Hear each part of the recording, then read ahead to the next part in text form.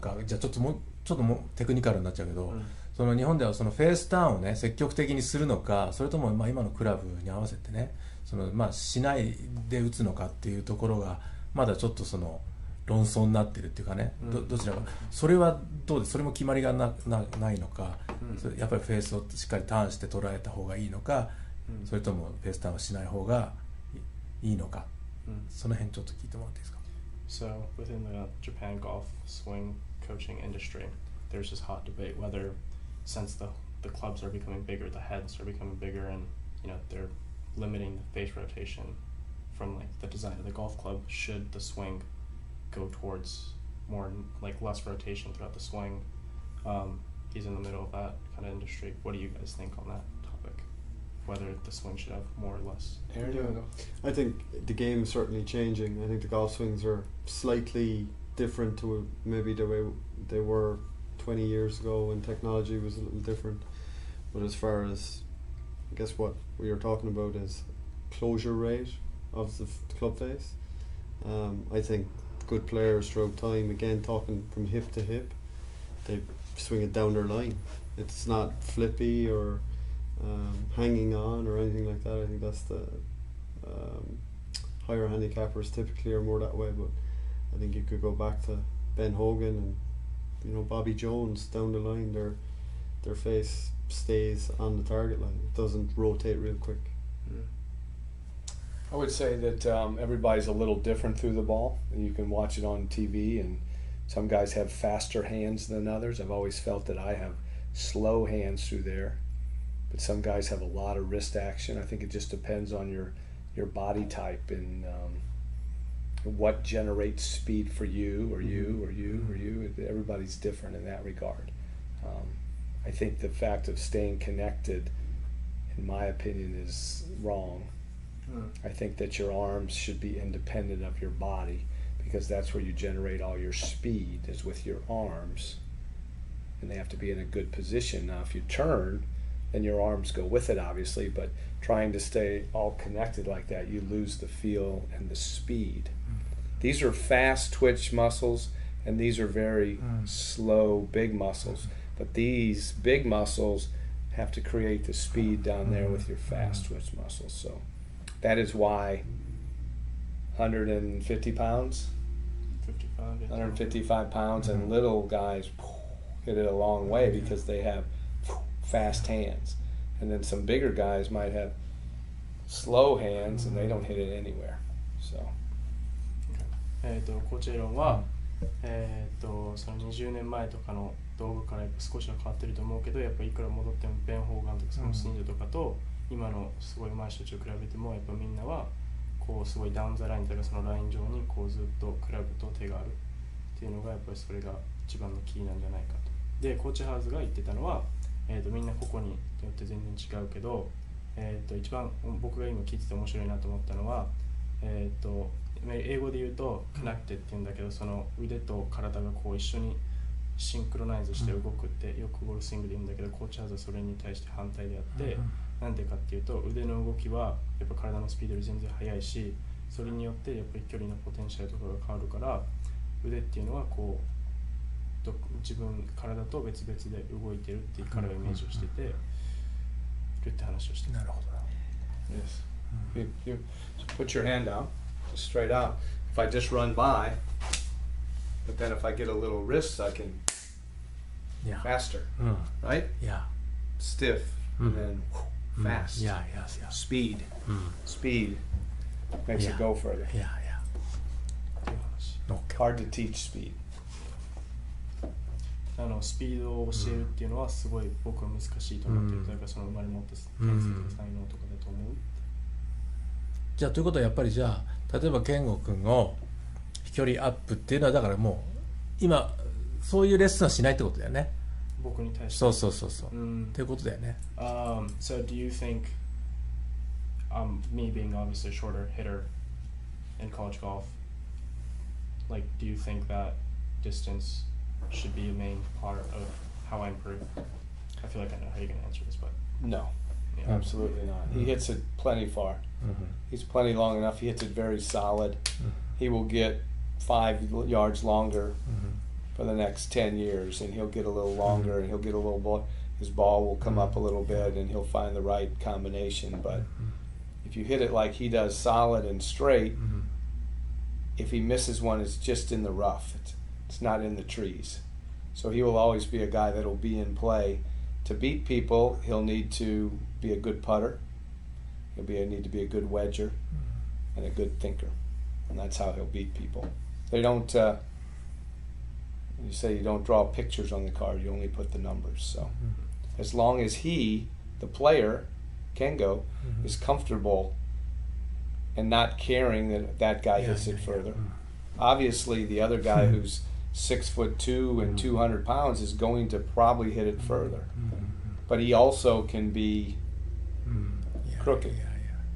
だからまず最初の答えから言うと、距離は全然もう健吾のゴルフの上達全く関係ないと思う。で、健吾はその毎回芯で捉えることがすごい上手だ。で、これから彼が上達していくためにはパターをうまくするのと、ウェッジゲームを良くするのと、メンタルゲームを強くするのと。だからあとこれから10年は毎年5ヤードぐらいの伸びていくと思うし、それで全然いいんじゃないと。Anything you want to add? Yeah, I think it's very important as a player that you know who you are and you're not going to overpower golf courses. Some guys would, obviously, that's their game plan, is to go ahead and bomb it and hit it as far up there, but that's not you. Like Coach said, your strategy is more being clever about how you play, and then being a really good wedge player, short iron player, and a great putter. Your biggest asset is probably your brain. I mean, you're an intelligent guy, and to use that, I mean, see it as an asset. コーチエロンが言ってくれたのは、全部同じこと言ってくれてた。例えば、選手の名前を挙げるとダスティン・ジョンソンとかみたいにこうゴルフ場オーバーパワーって言い方してだけでもうぶっ放してこう勝負していくっていう選手には健吾はならないよと。だから自分がどういうスタイルのプレイヤーなのかを理解するのがすごい大事だし、健吾はでもそのゴルフ以外のとこで頭を武器に使っていってゴルフをするのが一番いいと思う。なるほど。OK。また時間大丈夫かな。Do you guys have more time? Sure. じゃあちょっとショートゲームのことを聞きたいんですけど、例えばショートゲームの中でなんていうのかな、今これからウェッジプレーで、どういうものが必要なのか、技っていうか技術的なもの、それをちょっと聞いてもらっていいですか。So wedge play came up as one of the things that I need to improve on. What are the things that I can do technically and on the range and stuff like that? Practice some more. If you're hitting your driver well, you're hitting your mid irons, whatever, always end with some wedges. You can't hit enough. Try to control the flights, control the curvature. I'm going to go hit this one high, I'm going to cut this one, I'm going to hook this one. Really teach yourself about impact and path and what produces what, and that kind of works through your whole set.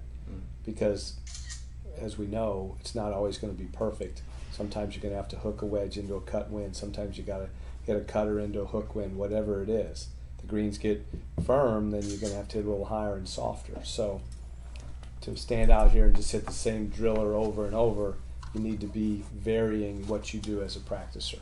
And go play a few, because now the ball's below, the ball's above, the ball's on the downslope, and the more you learn what it does, then you know how to execute each shot.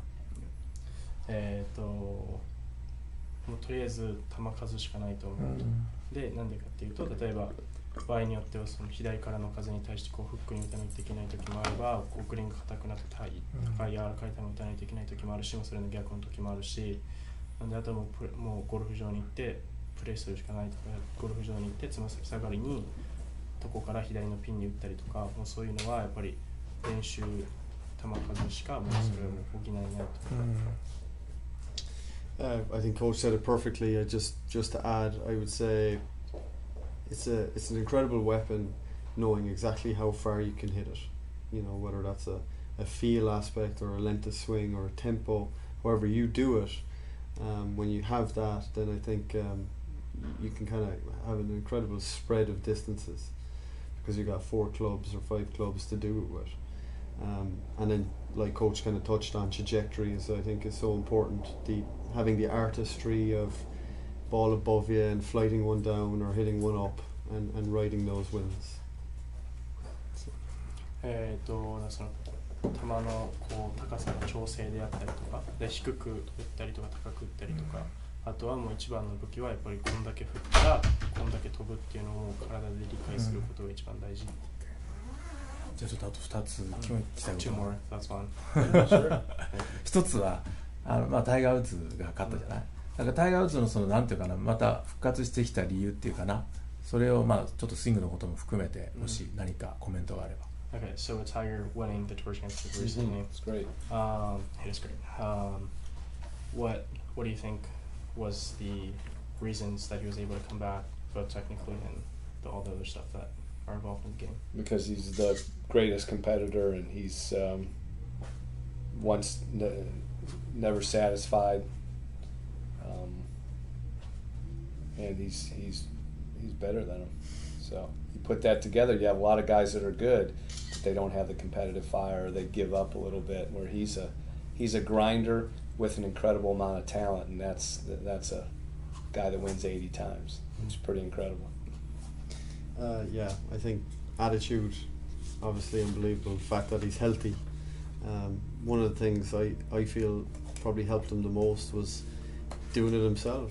I think he stopped searching and figured that he was pretty good at the game, and he knew his own golf swing, and I think he just went out and owned it for the last 6 months and kind of trusted it. So. コーチハーズが言ってたのは、彼はそのすごい、もう負けず嫌いで、それに対して才能を加えて、で努力家も加えたらもうそれはもう80回勝つコンビネーションだよねっていう話と、あとはコーチエレンが言ってたのは、そのいろんなティーチングプロに行ったけど結局この半年間は自分のスイングが自分が一番理解してるってことに頼っても自分でこうやったのが自分でこうプレッシャーとかにこう影響されないでできたんじゃないかっていうことで。じゃあ一応最後の質問なんですけど、要はこの4年間このゴルフチームを率いるときに、どういうことを考えて指導をしているのか、要するにこの4年間で何をこのチームのメンバーに学んでほしいのか、それをちょっと聞いてもらっていいですか。So, last question. So you have 4 years with each player. What are like some of the things that you want each player to go away with after their 4 years? A love for Wake Forest, a great experience with his teammates, most likely a friend that you'll have for life. It'll be one of your best friends. You usually meet him in college. And I guess the satisfaction that no matter what happens in your life that you're happy. I would trade any win, any personal things for the happiness of the player, that whether it's golf or business or marriage, whatever it is. That's the thing that I want you to be able to walk out of here and be able to I'll know that he'll be fine. Some of them walk out of here, I'm like, I don't know if they're fine, but most of them walk out of here and say, all right, he's going to be fine. No matter what happens to him in life, I can tell he'll be fine. So yeah, I couldn't agree more. I guess just to add from a golf standpoint, would be knowing how to practice. I think knowing what to practice, and I guess developing a plan. Why am I doing this? Because it's going to equal, me getting better in some way. こちらが言ってたのは、ゴルフ側からのことにすると、卒業した時にちゃんとプランがあること、どういうふうに練習したら自分が一番上達するのかとか、これをやったら自分はどこにたどり着くのかっていうことを学んで出てってほしいと。で、コーチハーズが言ってたのは、一番最初に言ってたのは学校愛、ウェイクフォレストのことを本当に好きで卒業してほしいし、チームメイトとすごいこう仲良く楽しい経験をいろいろしてほしいと。で、自分てかみんなは結局大学で一番、仲のいい友達ができたりとかすることが多いから、そういういろいろな思い出を作ってほしいと。で、別にいっぱい試合勝ってるけど、もう選手部員一人のためだったら全然それを誰かの楽しさと嬉しさのために全然もう取り替えてもいいくらい、彼はその僕たちのこう大学でのエクスペリエンスをこう優先してくれている監督。OK。一応ね、よくわかりました。ありがとうございます。Thank you.